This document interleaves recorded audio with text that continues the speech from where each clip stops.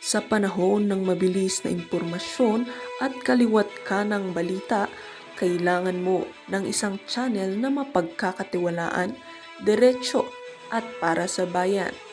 Ito ang Balitang Pambansa, ang iyong bagong tahanan ng mainit na issue, tunay na impormasyon at mga balitang hindi mo dapat palampasin.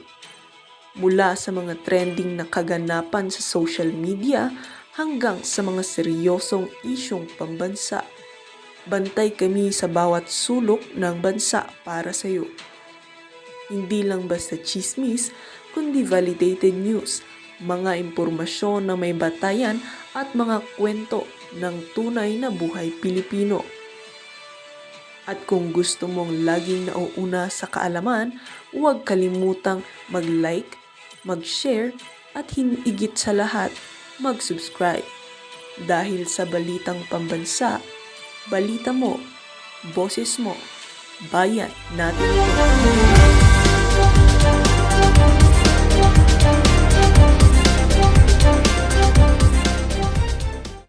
Yung mga pasimuno sa kalokohan at pagnanakaw sa pamahalaan, pinapalakpakan yung nagsasabi na papaimbestigahan yung mga project. Ngayon, ang puputukan ay yung mga kontraktor.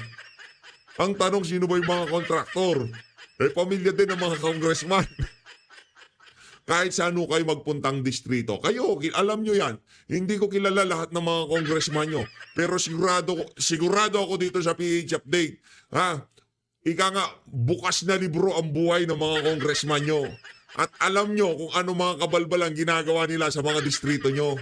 Ngayon, yung congressman nyo nalantaran ng pagnanakaw sa lugar nyo, pinapalakpakan niya yung presidente na nagsasabi na papaimbestigahan niya yung mga flood control na yan. Di ba? Ironic, di ba? Yung sinasabihan niya na yari kayo sa akin, mga kontraktor, mga flood control project, papaimbestigahan natin dyan. Yan. Yung mga magnanakaw, nasa harap niya lahat, pinapalakpakan siya. Sabi kasi nung mga nanonood sa kanya kahapon, alam namin yan. Alam namin yan kung ano man sinasabi mo, yun ang kabaliktaran ng mangyayari. Sinabi mo walang ICC, may ICC. Sinabi mo ayaw mo impeachment, may impeachment. Investigasyon sa mga flood control, ano na yun, ika nga, code word na yun, na huwag imbestigahan ang flood control. Matuto na ho tayo. Paulit-ulit na ho tayong, ika nga, winawalang hiya ng presidente na to. Ngayon, ang tanong ho ba dito, maniniwala pa kayo? Kasi kung maniwala pa ho kayo, bahala na ho kayo dyan. Pero tayo dito sa PH Update, alam na ho natin, malayo pa lang ang tain ng kalabaw, tain ng baka, alam na natin yan. Hindi ho tayo basta-basta maniniwala. Marami yung dito sa statement netong si Chis Escudero, marami hong natuwa sa mga kababayan natin. Kasi pinag-chichir itong si Chis. Tama yan, Chis. Sundin natin ang Korte Suprema. Pati yung mga ordinaryong meron sa social media, sinasabi nila, paano natin hindi susundin yan? Korte Suprema yan. Diba? Ngayon, ang kalaban na nitong mga kagaya ng legal luminary, nitong si ang yan tuloy na nabahiran yung salitang luminary. Di ba? Yung legal luminary. Nabahiran tuloy. Pagka ang gumamit ng salitang luminary, si Soto, takbo na kayo. Dahil sigurado, pambubudol na naman yan.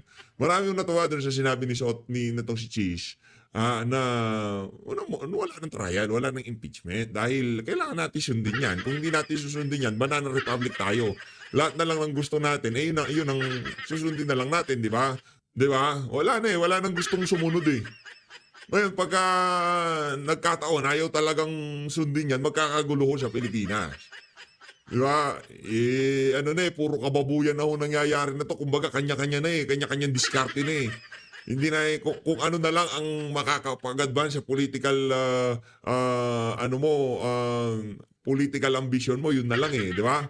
Pakinggan natin itong si Boy Kilay. Boy Kilay. Si Boy Kilay na naman yung natin. Boy Kilay, banatan mo.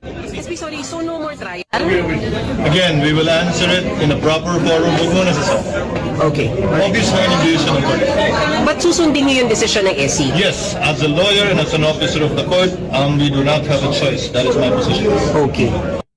Naku, abogado yan. Pero hindi yan legal luminary. Abogado lang siya. Ano ba ang kaibahan nung legal luminary ni Soto dito kay Chis Escudero? Etong abogado na to, nasa tamang kaisipan. Yung legal luminary ni Soto, baka yung ano niya yun, yung kasama niya sa school bukol. Gumraduate sa school bukol. Kumakalat to ngayon to sa mundo ng social media na kung saan merong mga pinapahaging sa ating mga kababayan na di umano, itong 6 na leader na to, meron din daw mga flood control projects. Kung tawagin yung 6 na yan, the Big Six. Sino ba yung Big Six na yan? Martin Romualdez, Saldico, David J.J. Suarez, Aurelio Dong Gonzales Jr. Ano to? Talagang lagi kang kasama sa top 6, brada. Manix Delipe, Edwin Guardiola. Sila ho ba ang Big Six dyan sa House? Di ko alam. Kumbaga, ano to ika nga guessing game. Ito bang 6 na to, hindi man lamang ho kaya kinilabutan nung sinabi ni Marcos Jr. na papaimbestigahan ko kayo. Mahiya naman kayo. Yang mga yan, mahihiya, anak ng tokwa. Mas mauuna pa akong mahihiya sa mga yan. Mga walang hiya yan Sa kakapal na mukha ng mga individual na yan, kung meron man, kung sila man ang, kung tawagin, Big Six dyan sa House of Representatives, teka, bakit wala dyan si ano? Hindi, bigla katuyang mga yan, yung mga congressman. Di totoo yan, Big Six na yan. Dapat nandyan si Luis Tro, nandyan si Benny Abante, si Joel Chua. Si Joel Chua, mas malala. Pati bang kita, pinapatayuan niya ng barangay hall, di ba? Kasama dapat dyan yung mga yan, Marami sila dyan. Yung mga yan siguro, hindi Big Six yan. Big 200 dapat ang ilagay natin dyan, di ba? Yung mga pumirma sa impeachment ni VP Sara. Dapat kasama dyan. Baka hindi na lang kumasya. Hanggang 6 lang linagay nila. Pero 200 ho, yung ano na yan, yung kung tawagin, the big 200. Yan yung mga 200 na walang ya sa pamahalaan sa bansang Pilipinas. Ito, rekta na ho tayo sa interview nitong hindi ko natatanggalin siguro dito yung Big Six, di ba? Ano yan ika nga, institution na yung mga pangalan yan dyan sa House of Representatives. Presensya pa lang yan, nanginginig na yung yung kaperahan ng sambayan ng Pilipino, di ba? Naku, nandyan na yung kunyari yung pera ng ating nung kaban ng sambayanan, Narinig na ang pangalan nitong si Martin Romualdez, nanginginig na yan, kinakabahan. Saldico, naku, approacher. Nandyan na naman sila. Eto, dito tayo kay former Senate President Franklin Rilon. Ito mga kababayan. Ito, tuloy natin. Game. Mahiya naman kayo sa mga kabahayan nating naanod o nalubog sa mga pagbaha. Mahiya naman kayo, lalo sa mga anak natin na magmamana sa mga utang na ginawa ninyo ng binulsan. Ay, teka, ikaw nang utang Ano ba? Kayo nang utang niyan Magmamana sa mga utang. Wala ng pera. Ano sabi?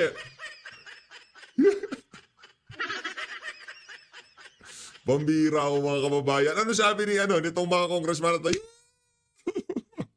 Pinapalakpak siya. Magmanakaw pa kami ng mas marami. Walang yaka. Hindi kami maniniwala dyan. Dadamihan pa namin yung nakaw namin. Yay! O kontrata dito, kontrata doon. Mga kapamilya namin, ipapasok namin lahat sa pamahalaan. Uubusin namin yung pera. Yes! Yeah. Hindi yung Big Six. Hindi naman natin sila nakita. Nakita nyo ba?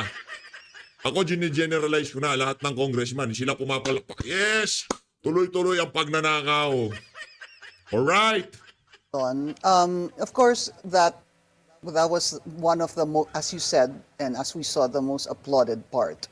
Why do you think it was the most applauded part by members of both houses of Congress? Well, the television cameras were there. So, but I can assure you, Pinky, that it was not only in the halls of Congress, in the living rooms of people watching it. Ay, salamat at napansin din. Seriously, yes, that's what happened. I guess what I'm trying to say, Senator, is that pag sinabi po ng Pangulo, wag na tayong maglokohan, alam naman nating meron ditong for the boys, etc. And then he mentioned that I want an audit. I want the DPWH to look into this, send me a report, at kakasuhan. And then he said, kakasuhan kahit mga kontraktor. Doon po siya napunta. Yung posibleng kasuhan ay kontraktor. Let's just be frank here. Will this include lawmakers? Should this include Well, lawmakers? he said contractors. If there are lawmakers who are contractors, then they are included in the general classification. And you see, and I'm glad the President mentioned it, but the biggest issue are the insertions in the budget, which affects our infrastructure program, our flood control program. They're affected by the insertions. You heard the President say, he said the General Appropriations Act must conform to the National Expenditure Program. What does this mean? Those insertions in the budget which do not conform with the economic plan of the economic managers will be vetoed. We wait for it and see whether they really do it. Because In fact, he went as far as saying that I will even just go for a reenacted budget. that's correct. Yeah. But what he's saying, in effect, I will veto everything and work with. Di tiba-tiba siya, di ba? Ganyan tayo lokohan di ba? Bibito niya lahat Falsifikado itong 2025 budget. Ito na naman gagamitin na. Daming insertion dito. Wala kang nag-insertion sila. Sige, sadyain na nila mag-insertion sila. Paano kung mas malaki ang insertion dito sa budget natin ng 2025? Di talo pa rin tayo. Paano pag binate nila itong 2026 budget? Anak ng tokwa, sir. Hindi na tayo pwedeng mag-insert ng malaki. O sige, insert na lang kayo ng konti tapos ibito ko lahat. Doon tayo sa 2025. Mas malaki mananakaw natin. Kalukuhan di ba?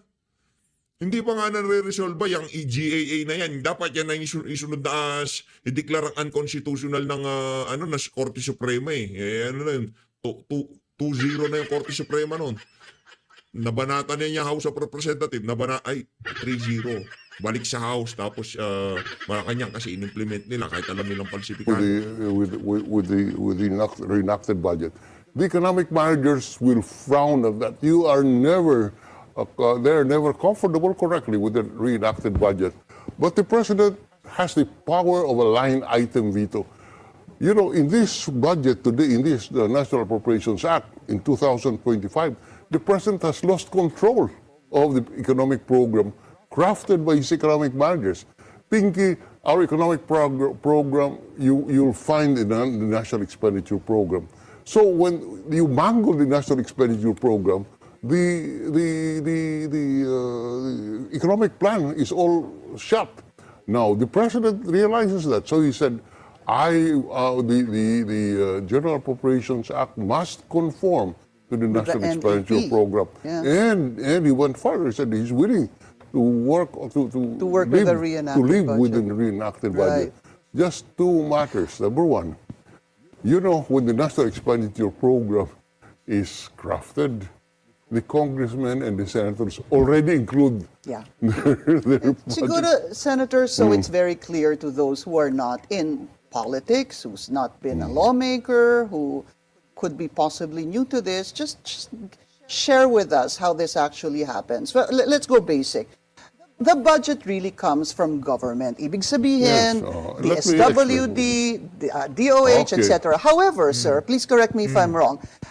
People like you, when you were a senator or a congressman, whoever congressman, asks the DOH to include, The DPWH, you mean? the DPWH, for example, to include my area, pagawa naman to ng kalsada, pagawa naman po ito ng bridge. Ganun ho yun, di ba? That's correct. But let me tweak it a little bit. Okay. You know, the economic managers, they have a national expenditure program. They will say 1 million of our funds should be used to build this coffee cup. All right. Because this will contribute to our progress. 20% of our national expenditure program would contribute to the growth of the economy. Public spending, 20%. would come from public spending.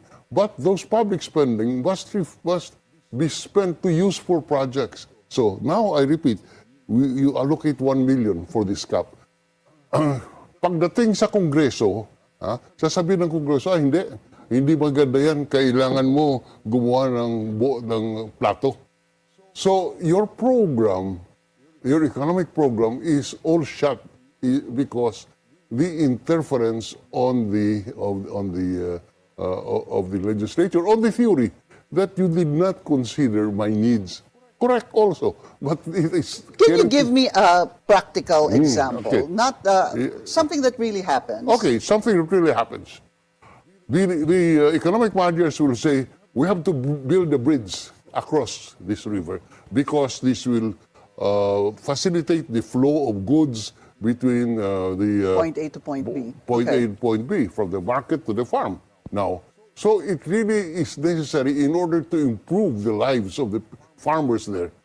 When the congressman looks at it, or when the senator looks at it, they would say, my contractor says we can make better money if we make it a road, a farm-to-market road. So instead of having a bridge, you would have a farm-to-market road to nowhere. So the economic activity and the economic benefit which would have resulted in putting up the bridge is lost. That is when, that seem to put it very simply, is the effect of the interference simply based on greed or... But why would, Senator, let's say galing po yun sa DPWH, kailangan ko gumawa ng bridge dito, point A to point B. From my understanding, Yes, and then you're yes. saying, pero sabi ni Congressman/Senator Cruz, yun na lang palagi Cruz, na hindi tayo dapat... Hindi ba pwedeng ko? O hindi ba pwedeng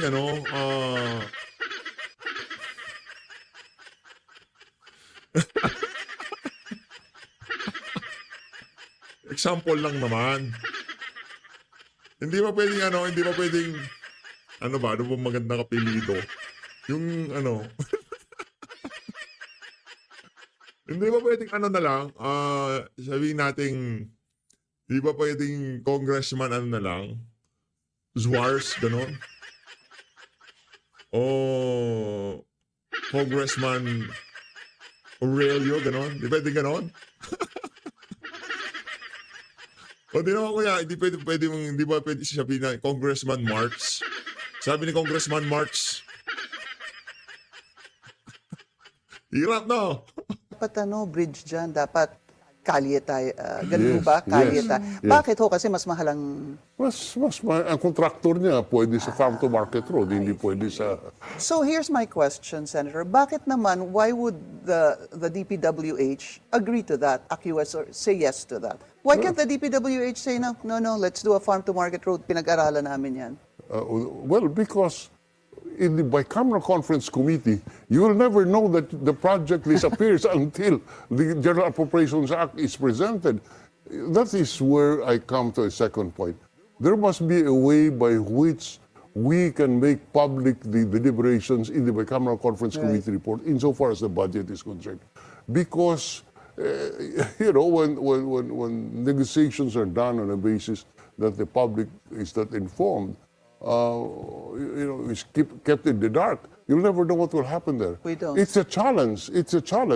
How to make it public? Because, you are talking about the budget being finished by both houses on the 15th of December, and the budget is supposed to be signed by the President by the end of the month of December. So you have a 1 foot thick document to examine. There's simply no way by which you can give it a rational examination. So what happens is that, nakagawa na yung naging habit na yung small committee, so-called, the committee between the two chairs of the Appropriation and the Finance Committee of the Senate, and their staff would work on the budget and then present it to the bicameral conference for ratification. In that process, then you can imagine what happens. It is a challenge, I must admit. There are no quick solutions. The solution that is being proposed by the President is one very obvious.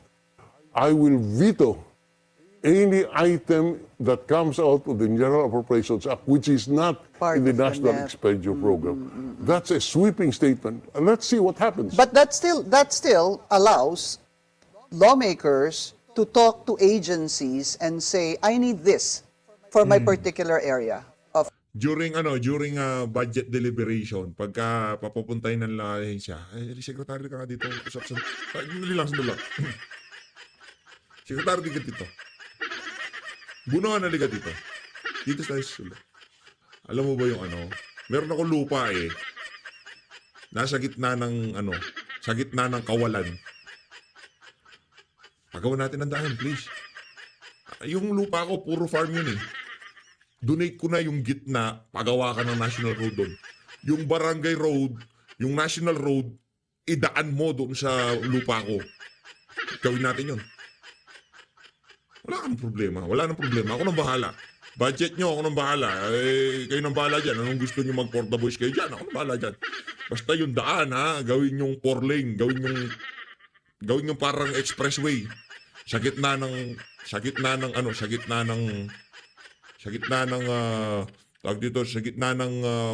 palayan, sa gitna ng bukid para, di ba, yung value ng lupa ko tumaas. Di ba, pakawalang strategy. Lahat ng mga congressman ginagawa yun. Shoutout doon sa mga congressman yun na yung utak nila ay talagang napakalalaki ng brain cell. Okay, meron akong nabiling lupa. Napakalaking lupa. Kaso walang daan. DPWH, come here. Okay na. Gawin nyo na ng daan niya. concern. Before the budget is crafted. Yes, Strategy, before the Ang NEP is bababoy. even completed. That's correct. Tama ho. Yes, Okay, yes. so as Senator Drilon can say, DPWH, kailangan ko ng ganito sa Iloilo, ganyan. Habang ginagawa ang NEP, nakikipag-usap po ang mga congressman at senador sa mga sekretaryo, sa Pangulo, para maisama ang Project niya. project niya doon. Okay. Well, yes, that happens, but you cannot be perfect in this world. The thing is, the opportunity for an abuse in that kind of a system is more limited than a situation where pagdating sa BICAM, bahala kami sa buhay namin, we'll insert all kinds of things. Because that's where I wanted to go. So that report by Politico.com, where allegedly there was an insertion of 142 billion pesos by, again, allegedly Senate President Chis Escudero. How does that actually happen? Kasi ang alam lang po natin, supposed to be, paano ho ini-insert yun? Well, ano ho ang usapan sa First, loob? I do not know that for a fact, that Yes. in fact there is an assertion of 140. I do not know it for a fact. So I'll answer your question on a theoretical basis. What happened was that in the bicameral conference committee, in the discussion, this was the, may hatian dyan Oh, sige, ito yung amin, ito yung sa inyo. Ano yung hatian? Anong Ibig hinahati sabihin, doon? I'm sorry. Ibig sabihin, this is the budget allocated for projects of the senators and the congressmen. So a certain portion, and again, Pinky, if you assume good faith, if you assume honesty, integrity, sometimes it's really necessary. Okay. I'll be open. I built roads, I built the Esplanade, I built convention centers in Iloilo. This all came from my pork barrel. But I'm open about it. Here's my pork barrel. So people know what you did. So it's a question of, talagang it's that easy. As I repeat, Pinky, I do not know the 142 billion for a fact that has been inserted. But you asked me how it could be done. It could be done in the BICAM. Okay, fair enough. Because in interviews a while ago, even Senator Loren Legarda and Senator Amy Marcos said to the effect, sir, that, I know about that. That's why I did not sign the budget. That was Senator Amy Marcos. Senator Loren Legarda, however, was saying that even before the NEP, sabi po niya, dapat pag-usapan natin itong alleged insertion. So, Senator, after all that hearings in the House with the cabinet secretaries, after all that hearings in the Senate with the cabinet secretaries, pagdating po ng BICAM, ganun na lang po, magkaka-magic, everything is thrown to the wind, ganun lang ho ba yun? Yes. Anything can change. Yes. So, there are two kinds of insertions. The insertions done before the National Expenditure Program is crafted, and the second insertion is in the General Appropriations Bill. GAB, yeah. So, dalawang insertions yan. So, tanong mo, ganun na lang ba yun? Well, there are certain limitations, but it can be ways of going around it. For example, the economic managers and our lenders would require that our deficit on the basis of the budget should not exceed a certain percentage of our revenue. In other words, there are such standards. Yeah. Say the borrowing should not exceed 60% of the gross domestic product. There's that rule now. So when you insert so much in the budget, which projects are not covered by a specific revenue program, then you borrow money. And when you borrow money, the deficit goes up. Yeah. So those are limitations, but there are ways of going around it. Example, in this particular budget, and it is an open book, the items which were included there, which are sourced from revenues, were removed and placed in the unfunded portion of the program. So there was a lot of leeway on the, so the deficit was not breached because the projects that were supposed to be funded were moved to the unfunded portion of the budget. So you see, pending revenue collection. Sorry? Pending revenue collection. Pending revenue collection, which we know that we're working on a deficit, so it will never come. Yeah.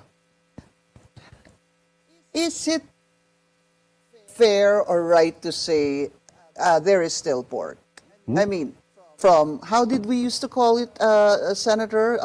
Countrywide Development Fund, pork barrel, DAP. Yes, lahat yan. Lahat. Pero lahat po siya pork. Plain and simple. Lahat po siya pork. That's correct, yes. Hanggang ngayon po, may pork. Yes. Okay, may pork pa. Yes. All right. My pork okay. barrel is So let's called just in any other insertions. yeah, let's not just say walang pork, because was it better, di ba before? Okay, let me tell you why was it pork before? Cold pork. Okay, it was cold pork because in the budget there's a lump sum appropriation. Yes, that's what I was going to talk about. 200, was it? Whatever, I don't recall anymore. There was a lump sum of, let's say 100 billion, whatever. Okay, that is there. And then in the course of the year, the legislators would say, I have a project, fund it out of the lump sum fund. Okay, so it's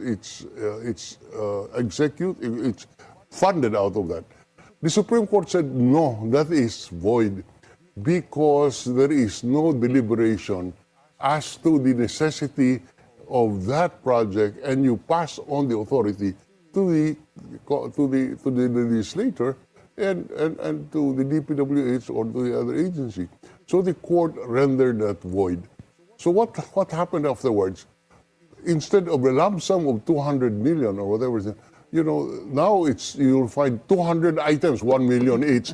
Kasi naka-line item na. It's a line item. So it complies with the Supreme Court decision. Right. But to expand the pie, we resorted, I was no longer there, they resorted to transferring the funded projects to the unfunded portion of the budget so that it does not breach the deficit, which is the standard for an for the budget. Would televising the BICAM, because sabi mo nga, ang kapal ng papel na yun, and I will not even pretend that I would understand everything there, but televising it to any member. Well, televising it, okay. What you watch out for is when the budget came from Malacanang, the item for this bug is 1 million. After it goes through Congress, it becomes 10 million. Yeah. That is what you can easily catch. But when this 1 million already includes the commission, etc., you can never catch it. So, Of course, of course. yeah, so, But at least you're going Grabe no, ang bababoy nila dyan sa House of Representatives. Nakakadiri sila. Anak ng toko yan. Ganyan na ganyan ho ginagawa nila.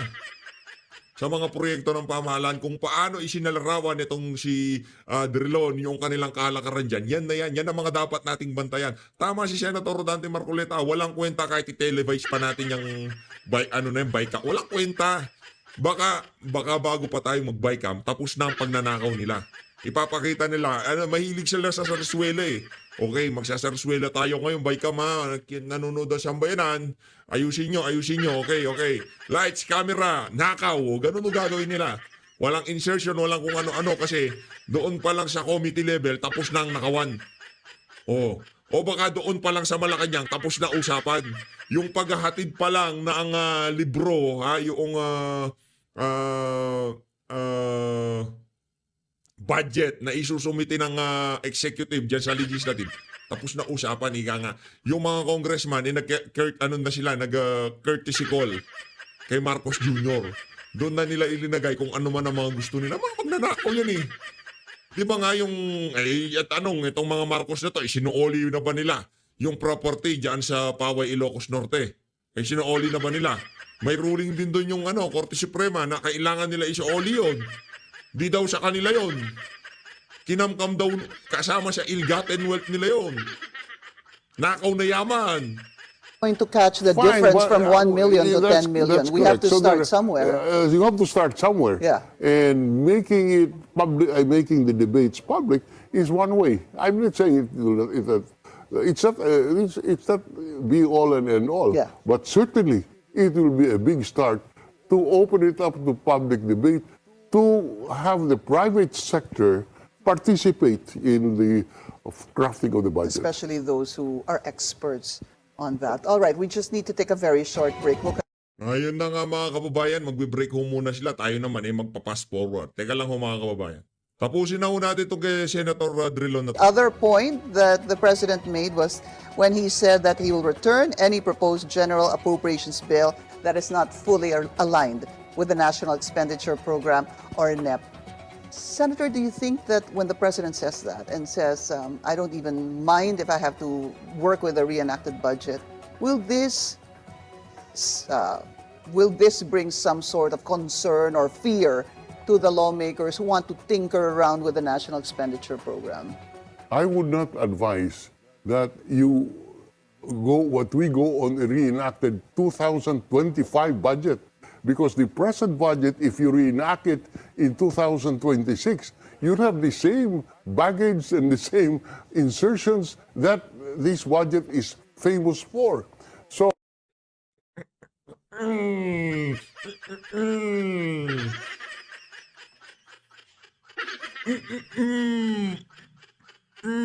Yan ang sinasabi ko sa inyo mga kababayan.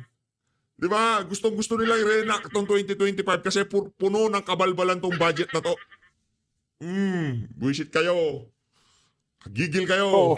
I would recommend that those items which are not in the National Expenditure Program, which were inserted, the president said, I will veto in effect. Yeah. And that's a challenge. Yeah. Veto it. I guess ang tanong ko, Senator, do you think matatakot na yung solid. mga... Solid yung ano na yun. Solid ito si Senator Franklin Drilon ibang klase. Solid yung banan niya na yun. Dapat sa lahat na magsasabi na i-re-enact. Puro kabalbalan tong budget na to. Anong i-re-enact? Kaya nga tayo umabot dito sa punto na kini-question ang budget dahil dito sa 2025 budget na to, tapos ito ang i-re-enact. Anong klaseng kabalbalan yan? Ang toko. legislators na nag-i-insert? I don't know. I cannot answer that question. But at least it's a warning. Let me correct you. The insertion itself is not illegal. It could be immoral, but it's not illegal. Why? Because crafting the budget is basically the function of Congress, Right. and Congress is composed of legislators. So when you assert you include 100 million because I need this Yeah. bridge, there's nothing wrong with that. It is when you execute the 100 million and get all the commissions that the illegality takes place. Here's the thing. Let's talk about what the president said about he wants an analysis, he wants documents of flood control projects that were done the past 3 years. Yes. I saw an interview earlier, just very quickly, that Executive Secretary Lucas Bersamin was even saying that this can even go before or even way before the 3 years that the president has spent as president. Meaning, pwede rin pong tingnan yung mga 2020, before 2022, 2021, I guess during the time of President Duterte. How feasible is it really to look into these documents, even in the last 3 years? Let's just say that. And look at what was done. Meron ba talagang, yung Ghost Project, madali po yun makita. Pero yung to actually analyze amount and vis-a-vis quality, dimension, specifications.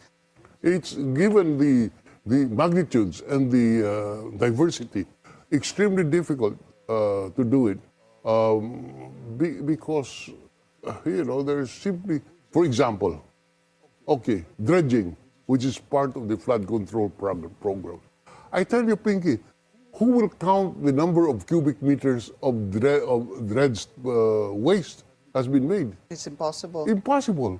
So that is answer your question. To a certain extent, you may be able to do it, but it is very difficult. It's very cumbersome. And I'm citing as the example the flood control program, dredging. In my case, when I needed to dredge, I asked DPWH, you buy a dredging machine, so it is there for the next several years, doing nothing except to dredge. Yeah. So, in fact, that was adopted by DPWH. So there are ways. It's not easy, but you have to start somewhere. I agree with the president, and I hope the president will have the wherewithal to veto. He will be under a lot of political pressure, mind you. But he should be able to deliver on his promise, which was the most applauded portion of his speech. What are you hoping for, I guess, in the next year? This year till the next SONA, what do you want to see happen within this next year? Within this next year, to start with, by January of next year, I want to see the items vetoed. That's the start. That's the start. So that you do not have to audit the execution. You prevent the item. Another example: confidential and intelligence funds. When the moment you have an appropriation classified as confidential, intelligence, there is no more audit. It's impossible. We have the closed envelope system. So what is the remedy to me? The remedy is allow confidential and intelligence funds only for those agencies which gather intelligence. Yung, That's as simple as that. Why Limit should it to them.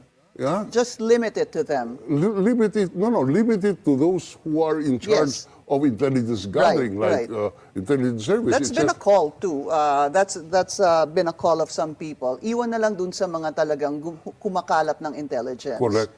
And that way, you minimize the corruption. Okay, so that would be what? Of course, would you still include the office of the president? Ah, yes, the office of president, What yes. about the office of the vice president? No more. No more. But di ba pati mga LGU may mga confidential and intelligence funds, Well, Senator? because of fiscal autonomy, they have the power to appropriate the budget, but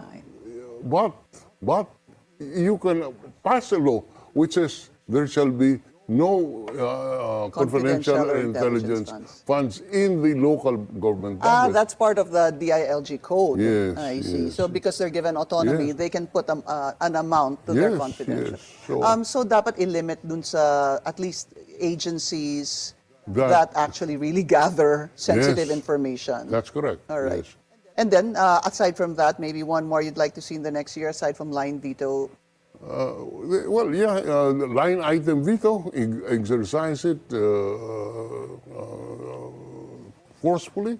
Do not allow what happened to this budget this year when it was mangled and you could no longer regulate. If you're the president, the cabinet the secretaries could no longer regulate. What happened to my requested appropriation, which was approved by the cabinet? Yeah. No longer there. All right.